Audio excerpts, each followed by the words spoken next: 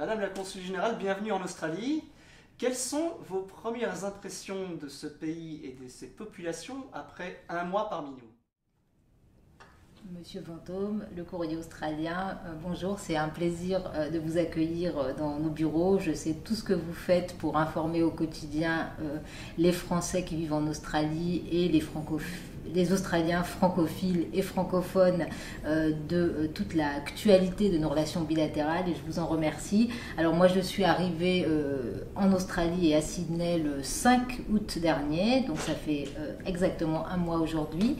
Ma première impression, elle est fantastique, hein, c'est que je trouve une ville très dynamique, des habitants très accueillants, très informels dans leurs contacts, très professionnels aussi parce que j'ai eu l'occasion d'avoir des contacts avec les services australiens avec lesquels nous travaillons régulièrement, que ce soit la police fédérale, la police du New South Wales et je trouve partout beaucoup de professionnalisme et aussi beaucoup de francophilie et une vraie volonté de coopérer. J'en suis très contente. Alors, vous êtes donc bien installé. Parlez-nous un petit peu de vous, de votre parcours professionnel avant de nous rejoindre. Alors, je suis diplomate de carrière. J'ai été notamment en poste en Algérie, en Jordanie, en Turquie, mais aussi à Bruxelles auprès des institutions européennes. Je suis moi-même une Européenne convaincue. Je sais que c'est important de le dire en ce moment, alors que l'Australie suit avec attention la manière dont le Brexit va se dérouler. Nous, ce qu'on espère de toute façon, et le président de la République l'a dit, c'est quoi qu'il arrive, pouvoir reprendre le cours d'une relation étroite avec le Royaume-Uni, qui est un voisin essentiel pour nous.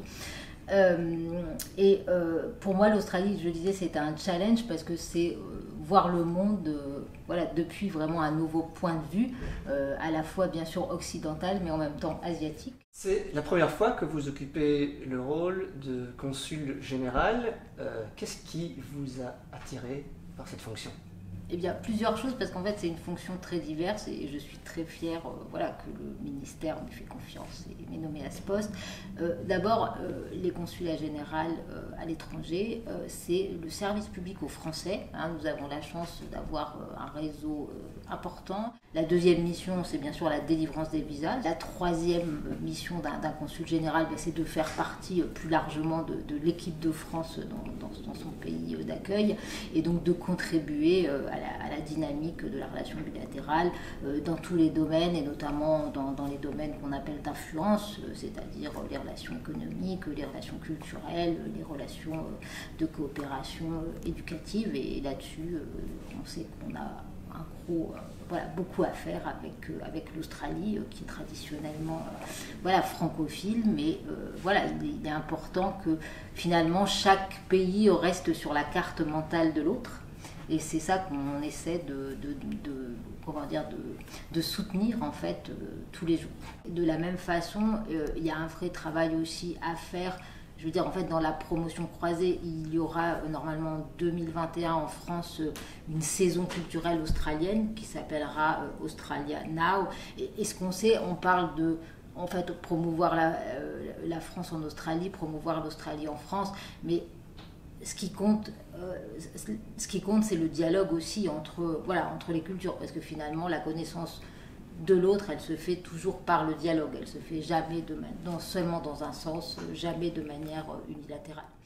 Alors je vous invite aussi à peut-être avoir un dernier mot pour nos lecteurs qui sont là, qui nous regardent. Donc, chers lecteurs du courrier australien, j'ai rejoint comme vous la communauté du courrier australien, puisque dès mon arrivée, je me suis inscrite au courrier australien et je trouve que c'est une très bonne source d'information. Ce que je voulais vous dire, c'est que les services du consulat général de France à Sydney, mais aussi nos agences consulaires donc partout dans le pays, sont à votre service pour toutes vos démarches. Vous trouverez bien sûr toutes les informations sur le site internet en passant par l'ambassade de France en Australie.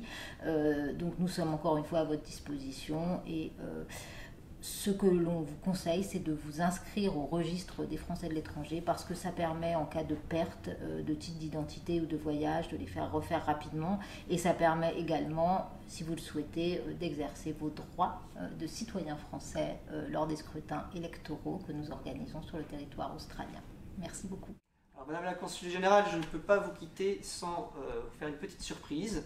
Et c'est un grand honneur pour nous de dévoiler en exclusivité la couverture du livre à venir, qui reprendra donc toutes les archives et les meilleurs covers. Ça retracera l'histoire commune franco-australienne depuis 1892. Donc voici le projet, c'est pour vous.